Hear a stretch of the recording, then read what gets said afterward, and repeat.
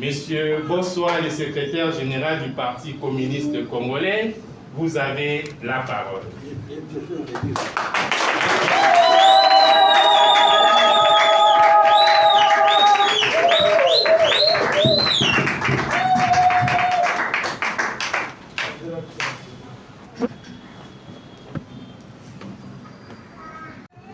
Amérique, les intellectuels du monde voient que la famille, continent des illettrés, continent des nègres, continent des sauvages, continent des sans-voix, des sans-intelligence.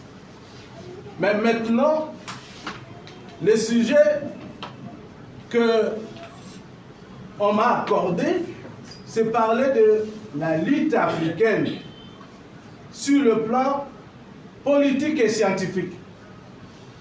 Je vais donner une autre lecture de l'Afrique pour que vous puissiez comprendre ce que vous êtes.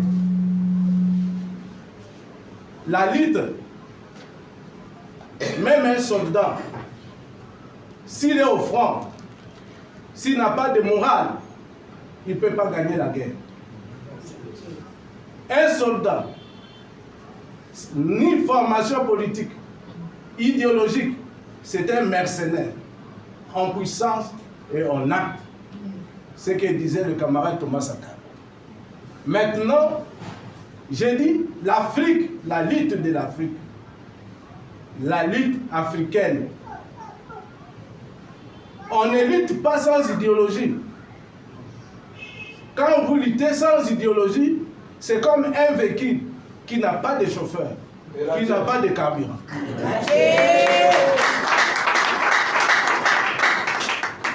Alors, la lutte africaine a une idéologie. Et cette idéologie, c'est le panafricanisme. Le panafricanisme, c'est l'idéologie africaine, de l'ensemble de l'Afrique. Et je voudrais vous parler de cette idéologie. Et à l'intérieur de cette idéologie, vous allez comprendre la lutte africaine contre la domination impérialiste américaine et la domination contre la domination impérialiste européenne, américaine, parce que c'est eux qui ont colonisé nos ancêtres et qui ont pris nos ancêtres, ils les ont jetés comme esclaves en Amérique. La première des choses, le titre, j'ai reformulé que le panafricanisme scientifique, je vais expliquer à la lumière du matérialisme dialectique et historique. Chers camarades, panafricanistes, avant toute chose, je dois rendre hommage à ceux qui ont lutté avant nous.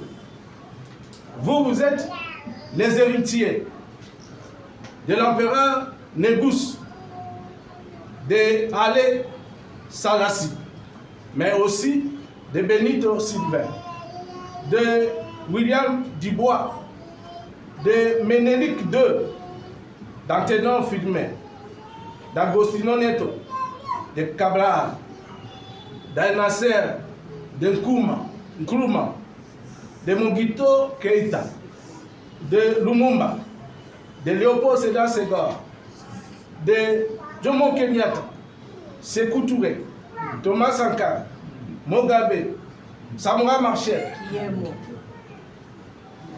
La liste est longue.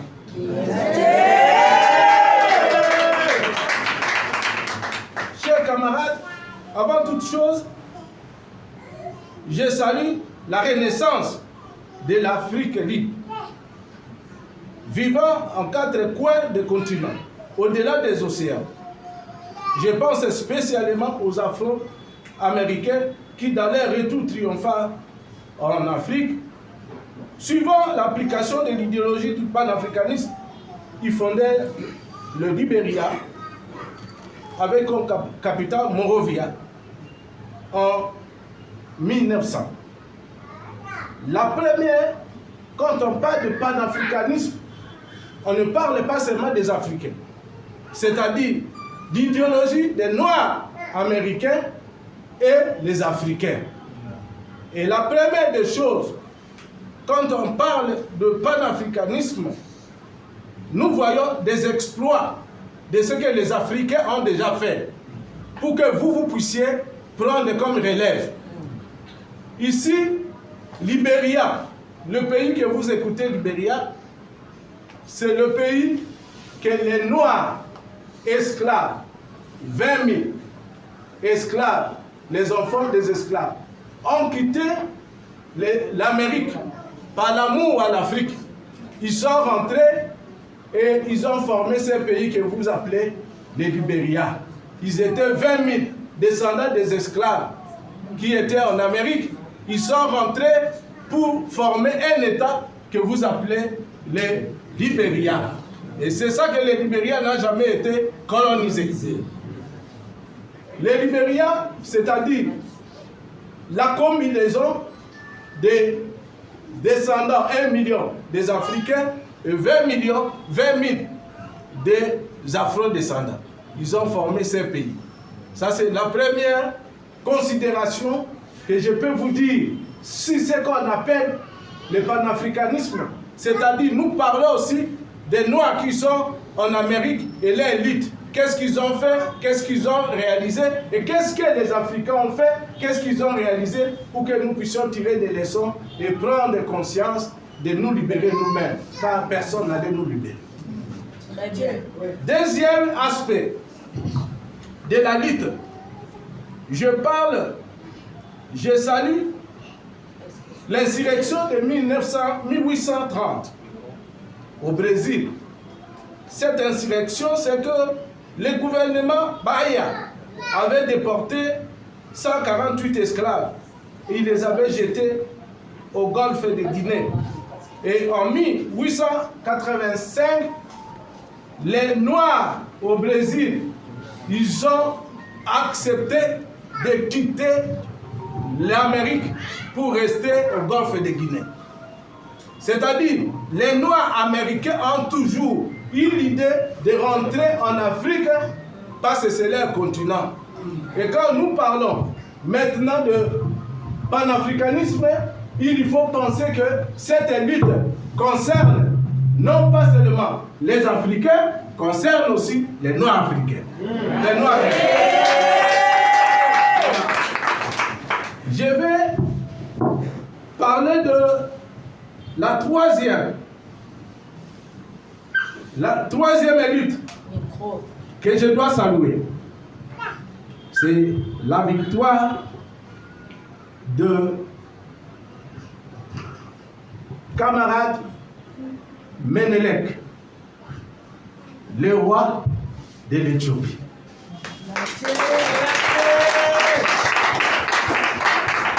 Quand on a partagé l'Afrique comme un gâteau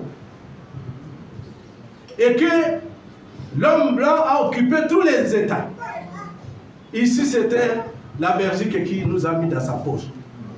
Alors que nous prenons la Belgique, nous le mettons ici 80 fois. Mais nous avions accepté qu'on nous colonise. Mais le roi Négus,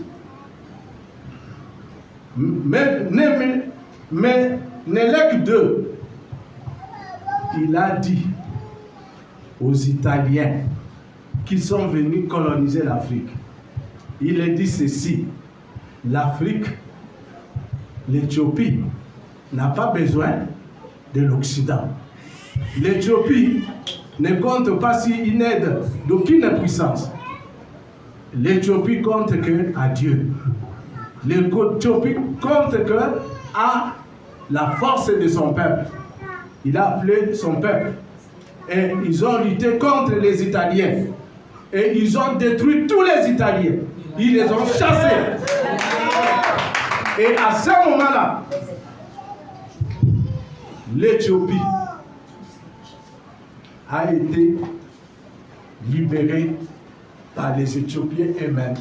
Et le pays n'a pas connu la colonisation. Pourquoi l'Éthiopie n'a pas connu la colonisation? c'est parce que l'Éthiopie n'a pas accepté qu'aucune autre domination extérieure peut dominer son peuple. Là, c'était dans les années 1800. Mais vous êtes ici. Les gens qui n'ont pas étudié, les gens qui n'ont pas de diplôme, ils ont pris l'option de combattre l'impérialisme italien et ils les ont jetés dehors. Et l'Éthiopie n'a pas été colonisée. C'est la raison pour laquelle l'Éthiopie est devenue capitale de l'Union africaine. Parce que ils n'ont pas accepté aucune domination étrangère et que l'Occident n'a pas pu coloniser l'Éthiopie. Deuxième, troisième lutte que vous devez retenir, c'est que lorsqu'on a pris les esclaves ici en Afrique, on les a jetés en Amérique.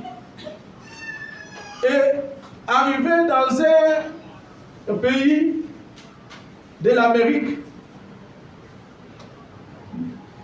la France est venue prendre ici 500 000 esclaves pour les jeter dans un coin de l'Amérique, pour les travaux forcés. Et ils vont maintenant transformer l'Amérique. Ils vont coloniser, dominer, exploiter.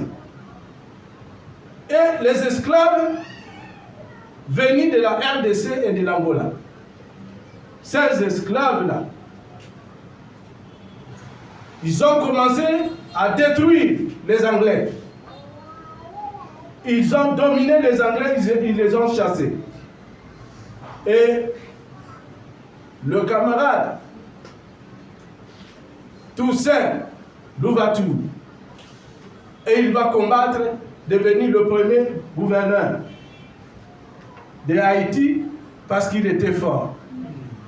Et à la fin, il a été trahi par ses frères.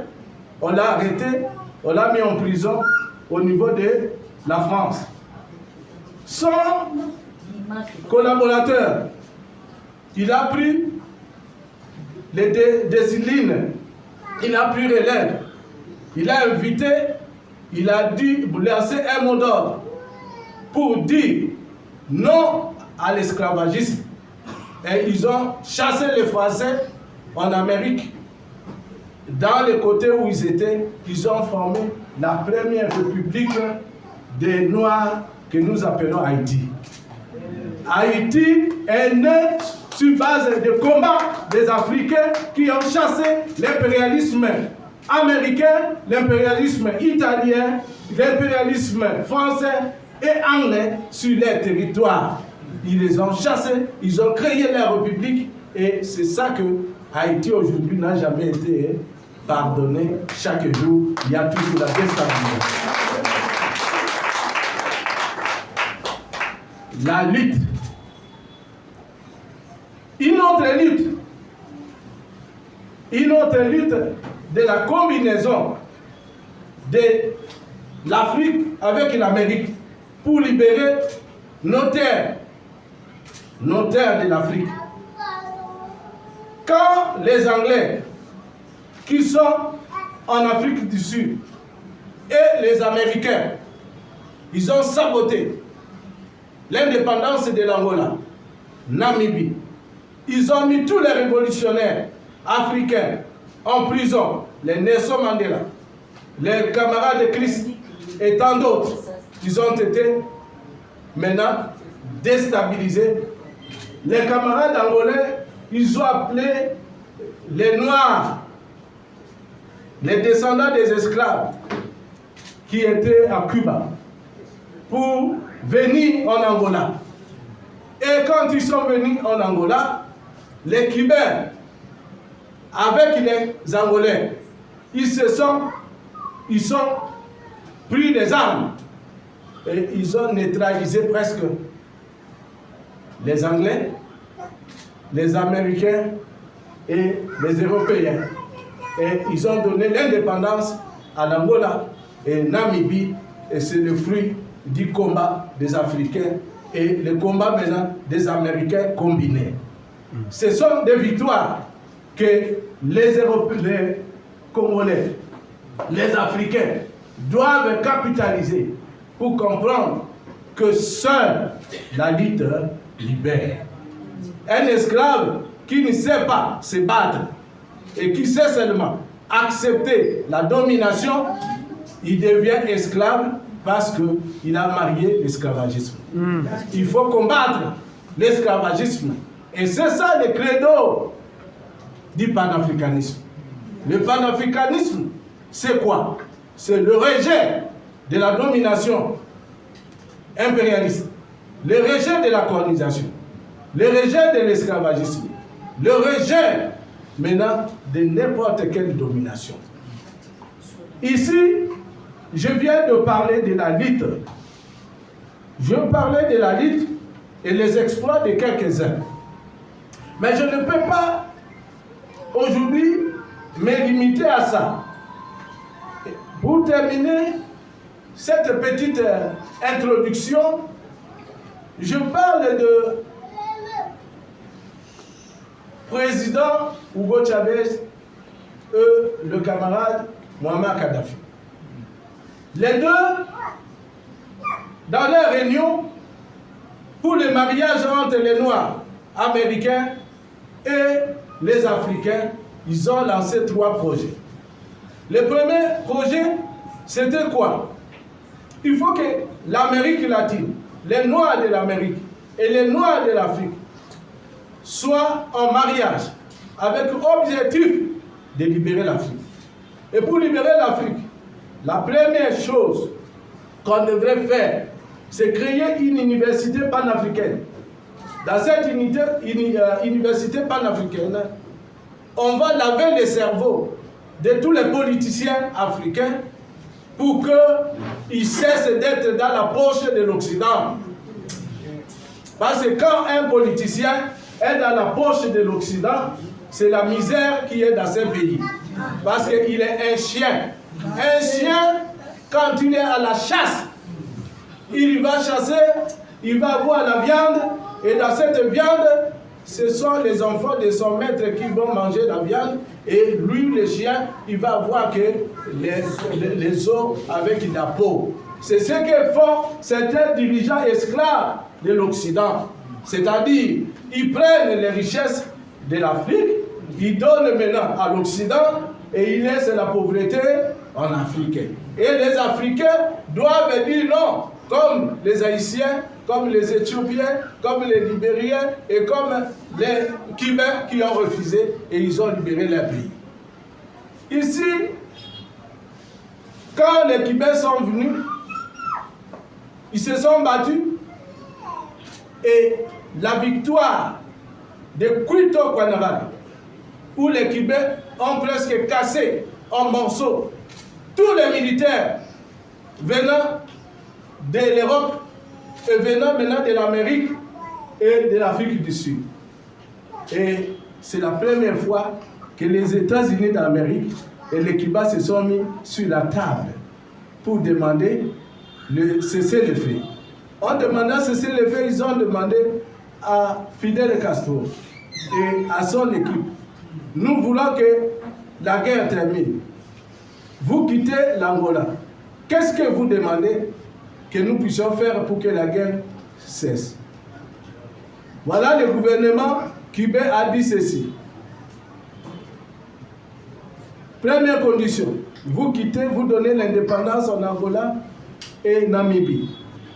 Troisième, vous libérez Nelson Mandela et la fin de l'apartheid. Si vous signez les documents, nous quittons l'Angola. Ils ont signé les documents, l'Angola a eu maintenant l'indépendance, Namibie a eu l'indépendance et la fin, Mandela a été libéré. Ils ont accepté la libération de l'Angola parce que les Angolais se sont battus. Ils ont accepté de se battre. Mais ici, les gens ne veulent pas se battre. L'Afrique sera libérée que dans la lutte. Et personne ne peut venir lutter pour développer l'Afrique, sauf les Africains eux-mêmes. C'est ce que vous devez retenir. Dans le cadre du panafricanisme, le camarade Dr Nkrumah, il a dit ceci. L'Afrique ne peut pas rester comme ça. Nous avions doté l'Afrique maintenant de son idéologie de panafricanisme. Nous invitons les leaders africains. Je suis dans l'aspect de lutte. Je devrais entrer dans l'aspect de la science. Et il faut me laisser 5 à 10 minutes pour parler de la science. Okay. Parce que ici, c'est la lutte. Je dois vous parler de la science. Parce qu'on parle de l'Afrique, c'est un continent des illettrés. Mais je dois vous dire que la mathématique est née en Afrique. L'écriture est née en Afrique. L'art de guerre est né en Afrique. L'architecture est née en Afrique. Je dois citer et vous expliquer un peu pour que vous voyez que tout ce qu'on voit ici en Occident, ils sont copiés des intelligences des Africains. Les voleurs. Aucune invention que l'Occident a fait sans copier de l'intelligence des Africains.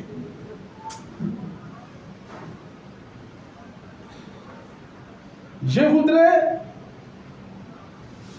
définir d'abord le panafricanisme et le panafricanisme scientifique. Et j'ai compris. Le panafricanisme, c'est quoi? C'est une idéologie de résistance.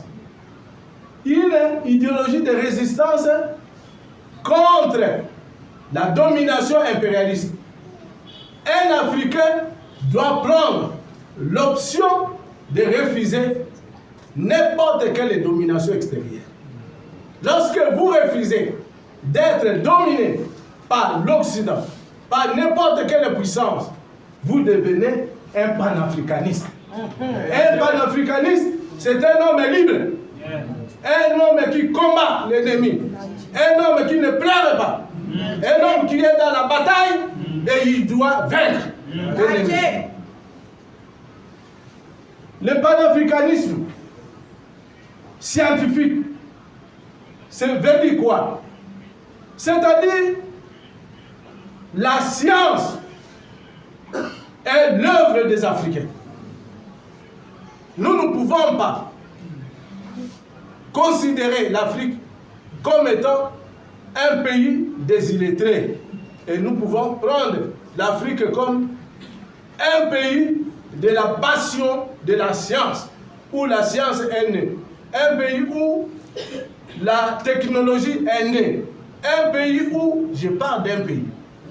Je parle d'un pays pourquoi? Parce que le panafricanisme, l'objectif principal, c'est que les États que nous avons, ce sont des provinces. Et que l'Afrique n'a que, c'est un seul pays. Et c'est ce que nous disons, les États-Unis d'Afrique. C'est le projet des pères fondateurs des indépendances de l'Afrique. C'est pourquoi vous voyez, quand Lumumba a pris le pouvoir, il a pris Moumbié Félix comme son directeur de cabinet. Dans son cabinet de la formation des États-Unis d'Afrique. Ensuite, il y a eu Serge, qui est tunisien, qui était chargé de la presse. C'est-à-dire Lumumba avait au moins 10 Africains dans son cabinet privé dans l'objectif de la création des États-Unis d'Afrique. Mobutu, Kandolo, qui était son directeur de cabinet du gouvernement congolais, Félix Moumbié, qui était Camerounais sont directeurs de cabinet pour la formation des États-Unis d'Afrique. Ainsi, les Mobutu et Kandolo vont prendre des informations des cabinets de la formation de l'Union des États-Unis d'Afrique. Ils vont vendre aux Français, ils vont vendre aux États-Unis. C'est ce qui a précipité la déstabilisation jusqu'à l'élimination de Patrice Emery Lumumba. Il est mort pour l'Afrique. Il est mort pour que les États-Unis d'Afrique soient opérationnels. Chers camarades, je voudrais conclure dans l'aspect scientifique. L'aspect scientifique, la première des choses que vous devez retenir, qu'avant la naissance de Jésus-Christ, l'écriture était en Égypte. C'est ce qu'on a appelé hiéroglyphe. Et c'est cette écriture-là que l'homme blanc connaît maintenant mettre les bibliothèques. Sait maintenant conserver des livres dans les bibliothèques. Il sait écrire et mettre quelque chose dans les livres. L'écriture est venue de vous, de l'Afrique. Et s'ils ont maintenant des documentations, des savants qui ont écrit X, Y grâce à l'invention des Africains. Deuxième aspect, c'est que la mathématique est née en Égypte. Avant même la naissance de Jésus-Christ, les rois, qu'est-ce qu'ils faisaient? Les rois devraient donner des portions de terre à chaque personne pour cultiver. Et on devrait mesurer. Telle portion, c'est pour vous. L'autre portion, et c'était le début de la mathématique. Ainsi, en plus de cela, pour construire la première maison, bâtie par des pierres, pour mettre des étages, ça a commencé en Égypte. Les premières maisons, c'était en Égypte. Le monde entier n'avait pas de maison. Ni aux États-Unis, ni en France, ni en Amérique, ni en Asie, il n'y avait pas de maison. L'architecture pour la construction des maisons, c'est né en Afrique et principalement en Égypte. Je vais vous dire, la médecine est née aussi en Égypte. Et cette médecine avait double caractère. Les Africains connaissaient, dans tous les pays de l'Afrique, ils connaissaient l'importance des traitements pour guérir les malades. Même la chirurgie est née en Égypte.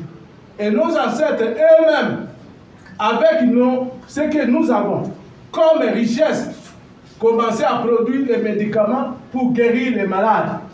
Et presque scanner aujourd'hui, c'est une invention scanner, c'est une invention des Africains.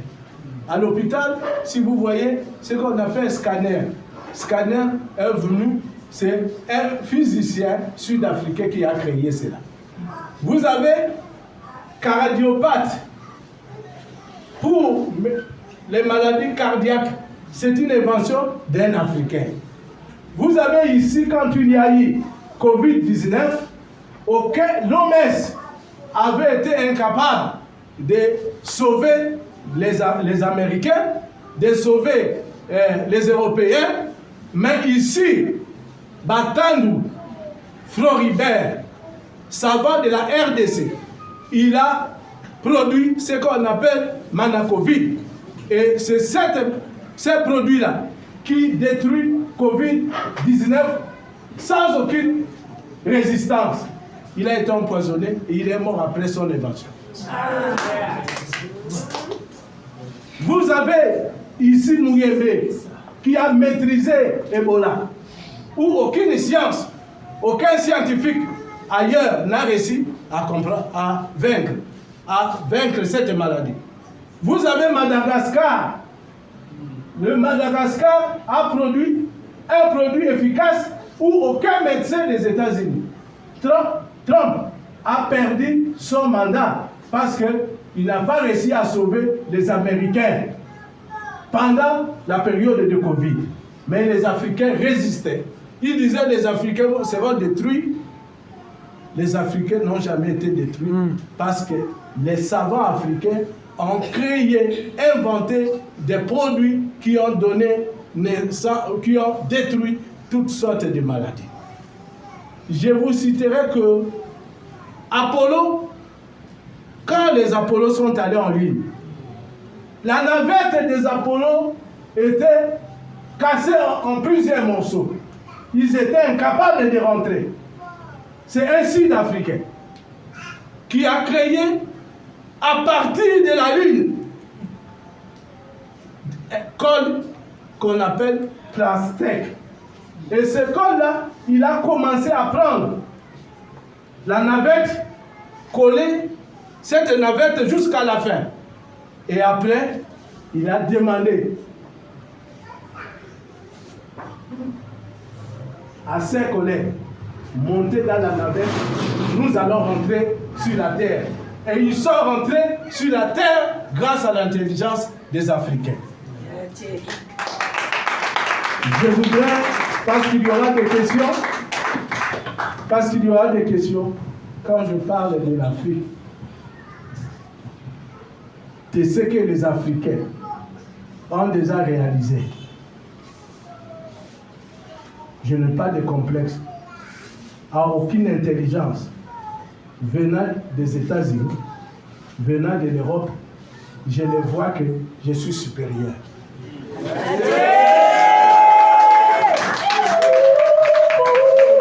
C'est pourquoi, quand Lumumba dit non, je ne suis pas communiste, et moi j'ai dit nous sommes communistes, parce que personne n'allait prendre cette Congo ni l'Afrique dans sa poche tant que nous sommes vivants. Il y a des traîtres partout. Des traîtres partout. Mais des traîtres là, ils ne vont pas gagner parce que notre lutte et notre cause est juste. Lutter pour se libérer. Vous ne savez pas lutter, on va vous maintenir comme esclaves. Le panafricanisme nous invite à nous, Africains, de se considérer supérieurs sur le plan politique, sur le plan économique, sur le plan religieux, dans tous les points, dans tous les plans, nous sommes premiers, mais si nous n'arrêtons pas le camarade, bonsoir. Je termine, camarade. Okay. Je termine pour vous dire ceci.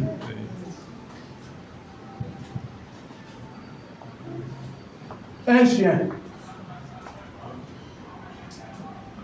quand il aboie, donc si tu fouilles, il va te mordre. Si vous résistez, c'est lui qui fouille. N'importe quelle puissance, ne le fouillez pas. Avancez et détruisez-les. Merci beaucoup.